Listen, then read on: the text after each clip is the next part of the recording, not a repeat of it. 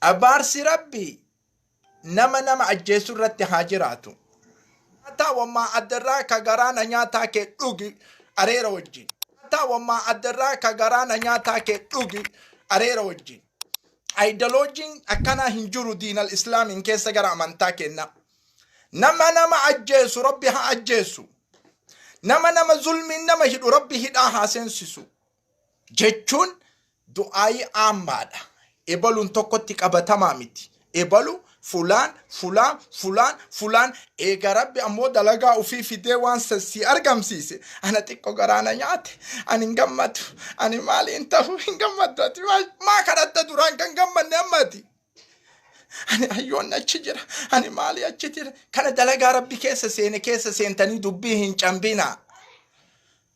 Dubbii hin cambinaa. ومن يتوكل على الله فهو حسبه. كانت يون أمانين ترابي كجلت تقالي. كانت يون أرجانين جرماني تقالي فرنسا تقالي ورا أوروبا تكايات باتي جرا باتي سي أواجو دي تقالي. ها نما مي ربي سهاميد. نما أجولين ما هي يومسو أجولين إساها هي يومت. أنا أقول بصدري أكفر التجدا.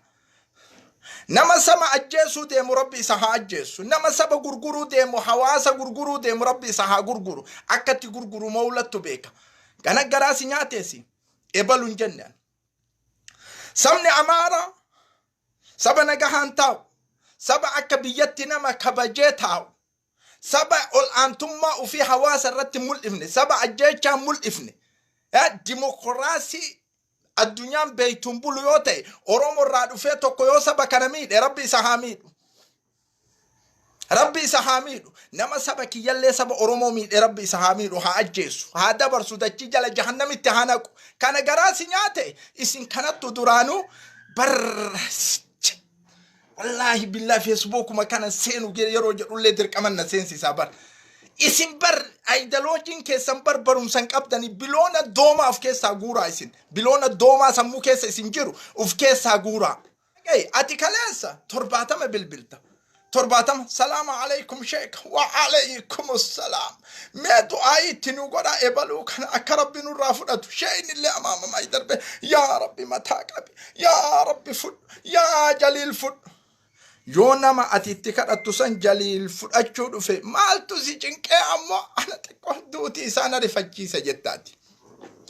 Maaltu si rifachiise? Hayyoota achi keessaa santu na rifachiise jedha. Wayitaa amma du'a itti kadhu jettu hayyoota achi keessaa summaa si rifachiisisi. Fakkiifsiin jedhaan. Wayita sheeka jette sheeka du'aayii godhaa jette sheen illee du'aayii godhee du'aayiin awwaatamte. Hayyoota sammaa yaadatiin amma yaadatteeti.